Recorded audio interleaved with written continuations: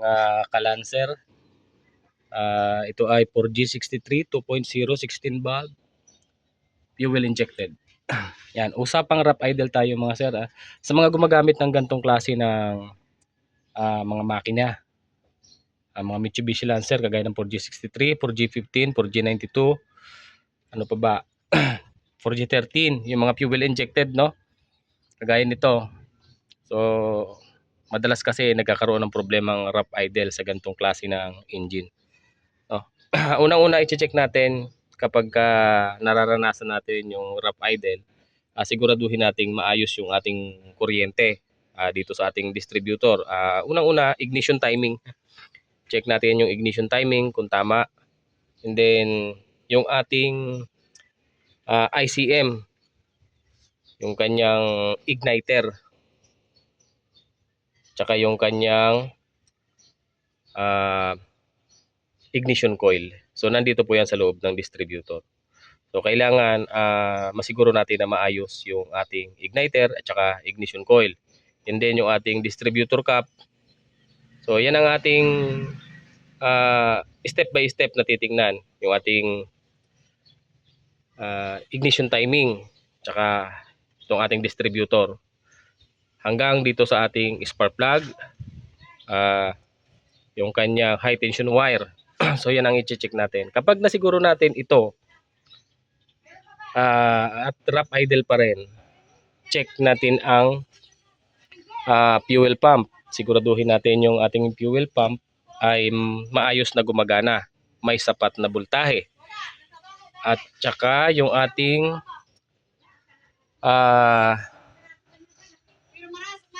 fuel line, yung ating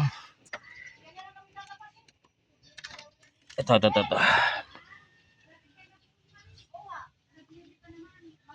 Yung kanyang fuel filter. Yan, nakikita ba? Ayan. Yung fuel filter, check natin, baka madumi.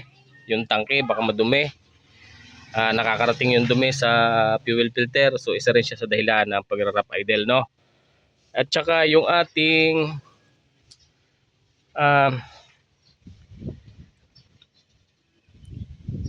itong ating fuel regulator.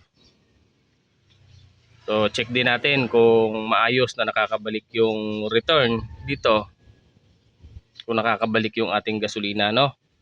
At saka check natin yung ating mga fuel injector.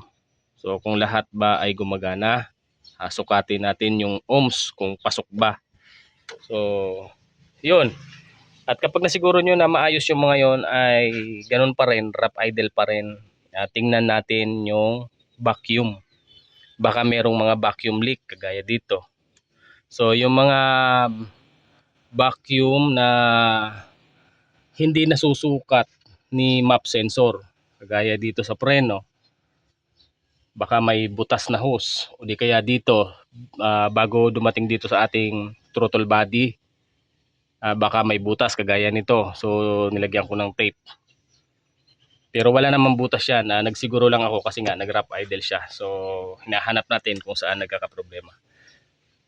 And then at kapag ganun pa rin, rough idle pa din, check natin yung ating map sensor. Kapag ang map sensor hinugot nyo at nagkaroon ng reaksyon, so ibig sabihin maayos pa yung ating map sensor.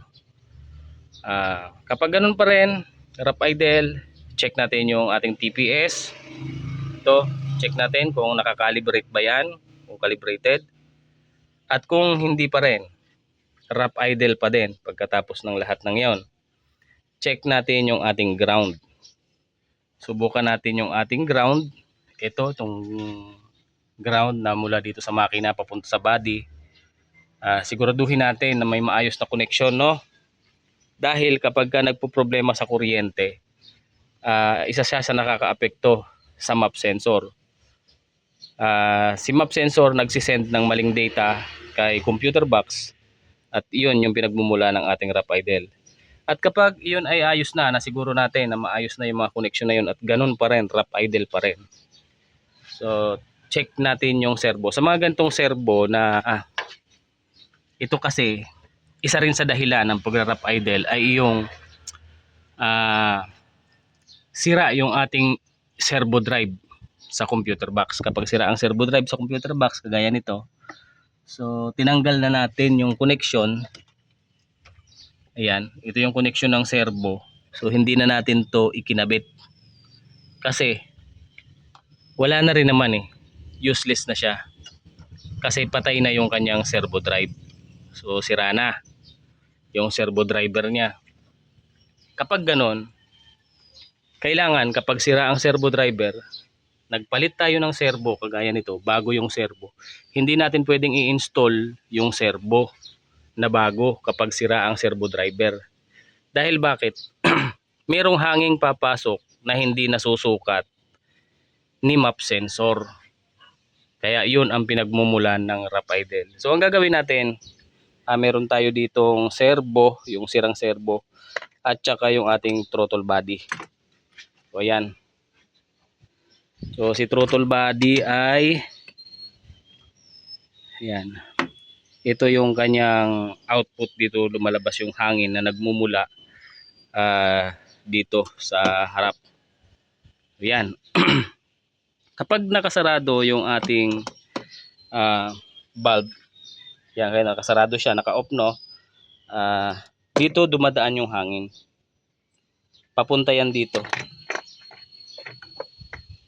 Papunta yan dito, papasok dito. At ito naman yung torpedo gear. So, papasok dito yung hangin, lalabas dito, papasok dito. Pagpasok dito, dito siya lalabas. Papasok sa ating intake manifold. Ngayon, ang gagawin natin kapag sira ang ating servo driver, kailangan takpan na natin to. Sarhan na natin to. Kahit hanggang dito o kahit ito lang ang takpan natin. Sarado na yan para wala nang hangin na makapasok. At kapag nasarado na to, ang gagana na lang ay yung kabila. Itong kabila ang gagana. Yung cold start. Papunta yan dito. Si cold start papunta dito. Papunta dito ang output ni cold start. Papasok naman siya dito. At kapag uminit na yung tubig na dumadaan dito, si cold start, yung kanyang cold start valve ay magsasara. Kapag nagsara yon, hindi na makakapasok ang hangin dito. So dito siya pabalik.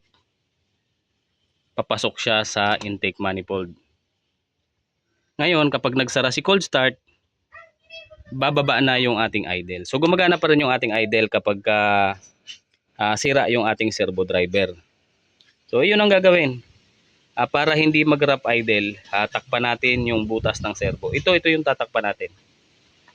So wala nang ibang butas na takpan. Ito na lang. Pwede naman takpan lahat. Takpan nyo to, takpan nyo to. Kahit itong sa tubig, takpan na rin. Pwede rin yun.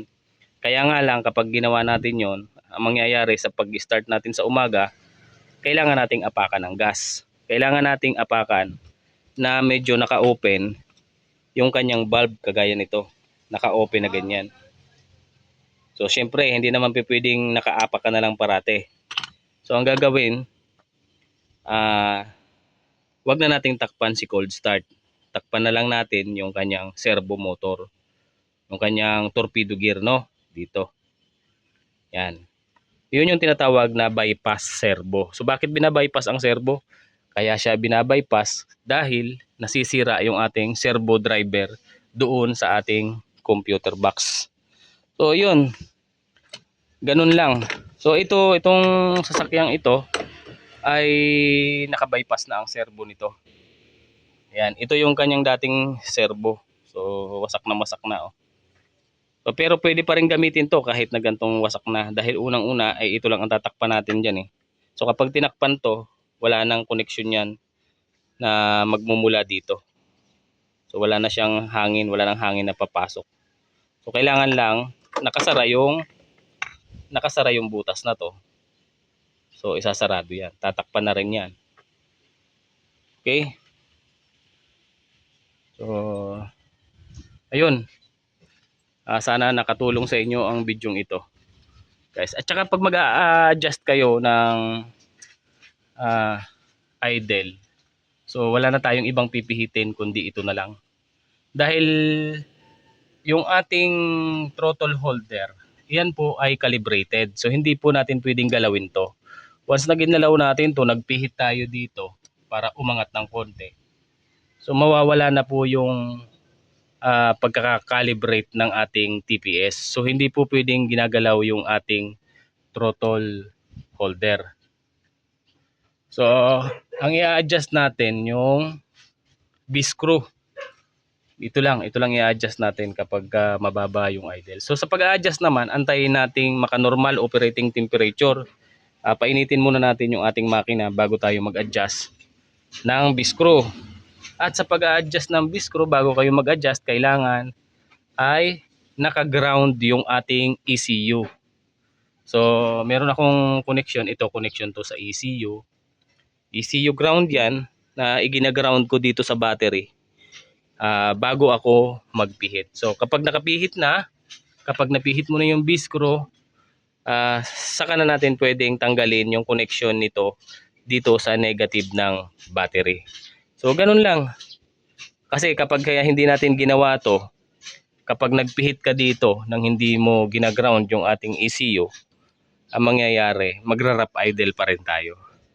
So yun. Sana nakatulong ang video ito sa mga kalanser natin dyan, sa mga mahilig mag DIY.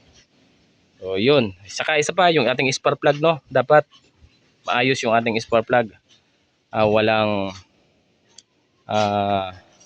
Walang palyado sa mga spark plug para masiguro natin na maayos yung ating makina, yung ating idle. So yun lang, doon lang nagkakaproblema yung mga singaw na vacuum, yung ating fuel filter, baka madumi, fuel pump, baka mahina ang supply. And then, isa rin yung fuel regulator, baka hindi nakakabalik yung gasolina sa tangke. And then, yung ating kuryente na nagmumula dito sa distributor.